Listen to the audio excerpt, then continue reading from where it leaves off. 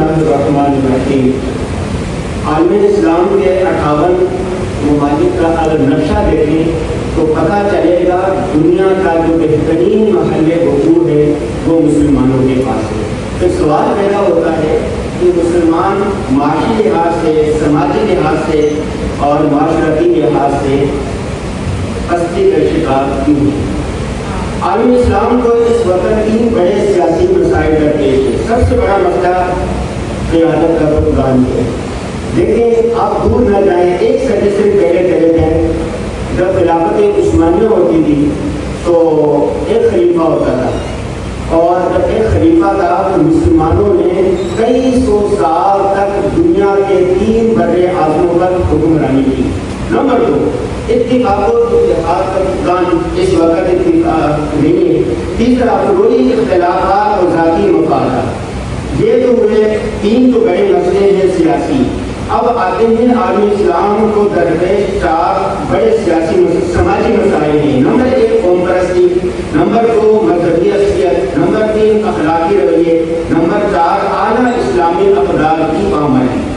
عالم اسلام کو اس وقت 5 بڑے معاشی مسائل درپیش ہیں۔ سب سے بڑا مسئلہ بے پناہ معدنی وسائل کا ضیاع ہے۔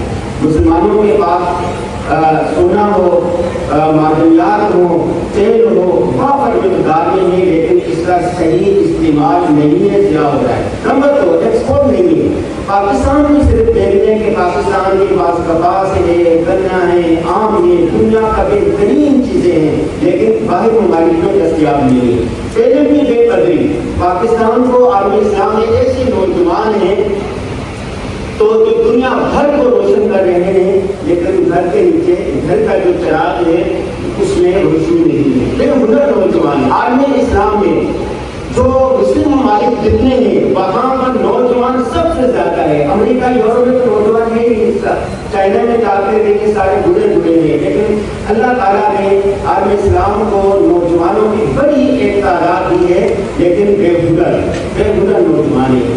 آگے یہ طبقاتی تفریق دے رہے ہیں۔ ایک طرف دیکھیں عرب ممالک جو ہیں وہ ٹرمپ آتا ہے تو کتنا بڑا ان کا استقبال کرتے ہیں، جہاز ان کو تحفے میں دے دیتے ہیں، اسلحے کی جو ڈیل ہوئی دنیا کی سب سے بڑی ڈیل ہے۔ دوسری طرف غزہ میں آپ دیکھیں وہ پانی کے لیے ترس رہے ہیں۔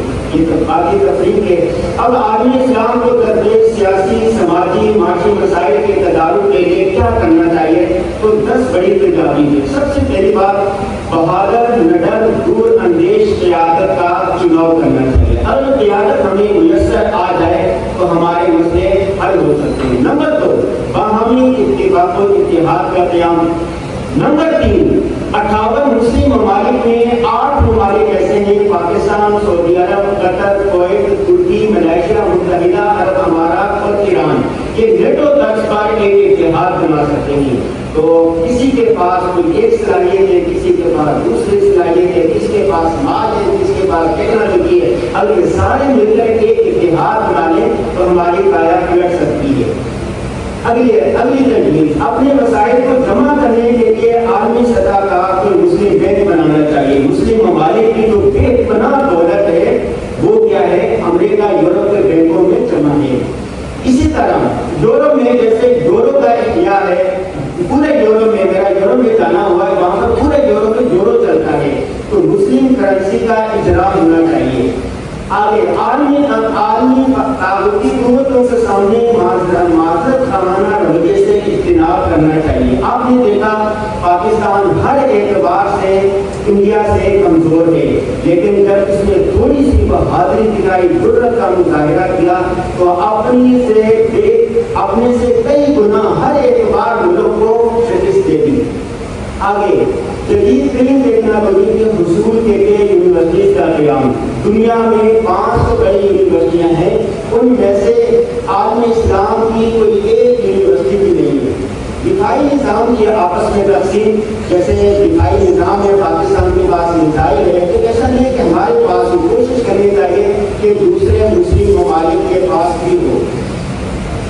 اگلی بات، مسلم حکمران انجانے خوف میں مبتلا ہے کہ اگر ہم نے غزہ کی مدد کی، اگر ہم نے فلاں کی مدد کی تو ہمیں عالمی طاقتیں کھا جائیں گی، ہماری بادشاہت کو ختم کر دیں گی، اس خوف سے باہر نکلنا چاہیے، کچھ نہیں ہوگا۔ اور آخری بات یہ ہے کہ ہر معاملے میں اسوہ حسنہ صلی اللہ علیہ وسلم کو اپنے سامنے رکھنا چاہیے۔ کیوں؟ اس لیے کہ دنیا اپنے چلن سے تنگ آ چکی ہے اور دنیا کی نجات ابھی اسی نہیں ہے کہ سیرت اسوہ کو اپنایا جائے۔ ذکی کیفی نے کہا تھا تنگ آ جائے کہ خود اپنے چلن سے دنیا اس سے سیکھے کا زمانہ تیرے انداز کبھی، یہ وقت ابھی آ چکا ہے۔